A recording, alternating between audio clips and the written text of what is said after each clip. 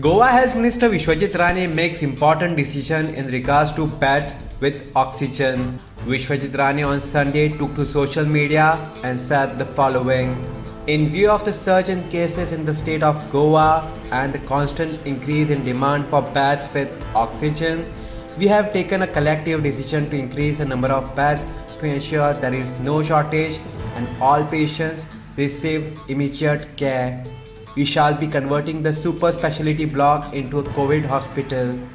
Other hospitals which include GMC, South Goa District Hospital, ESI Hospital, Sub-District Hospital Ponda and Consavalem Hospital will also be requested to create additional capacity of 500 to 600 beds.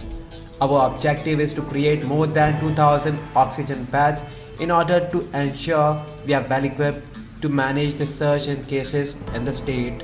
We are relentlessly working towards saving precious lives of people of Goa.